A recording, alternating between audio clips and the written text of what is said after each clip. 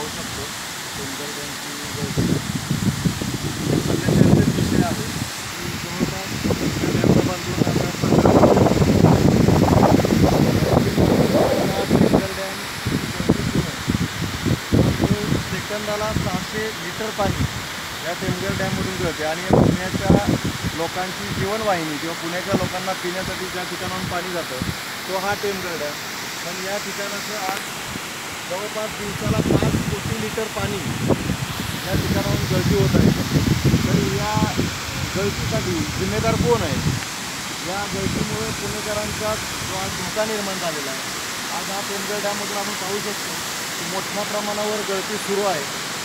परंतु याकडे लक्ष नाही.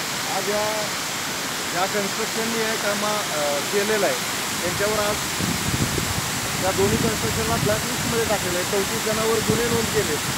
परंतु ही गळती आपण स्पष्ट पाहू शकता किती मोठ्या प्रमाणावर पाण्याचा विसर्ग गळती होत आहे. या डॅमच्या खाली राहणाऱ्या या धरणाच्या खाली राहणाऱ्या लोकांचा किती मोठा धोका या डॅमपासून निर्माण झालेला आहे ही परिस्थिती आपण प्रत्यक्षदर्शी पाहू शकतो.